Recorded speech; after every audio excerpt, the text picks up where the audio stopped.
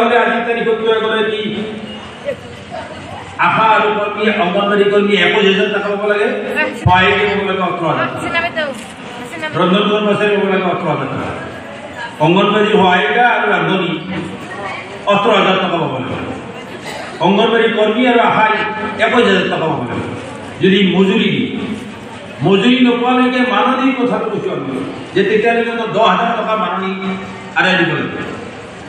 একেবাৰে 10,000 টাকা এই সহায়িকা কৰে ৰান্ধনী কৰে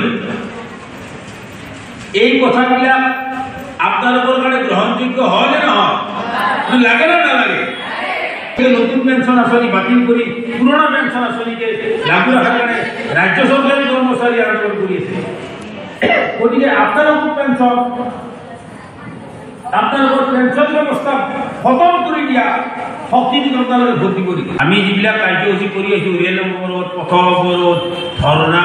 21 দিন 22 দিন ধৰি পেলাই মৰি কাঢ়ি পেলাই ধৰ্ণা দিয়া চচলত এইবিলাক কাৰ্যসূচীৰ উপৰিও বেলেগ কিবা আছে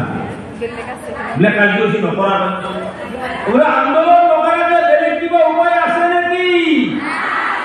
আপোনালোকৰ ৰাজ্যিক নেতৃত্বই ঘূৰি আছে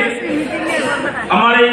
কল্পনা নামৰ এগৰাকী মহিলা বায়াকা চাৰিআলিৰ ওচৰত ঘৰ তেওঁ ঘৰ সংসাৰ বাদ দি আজি এসপ্তাহ ধৰি ঘূৰি আছে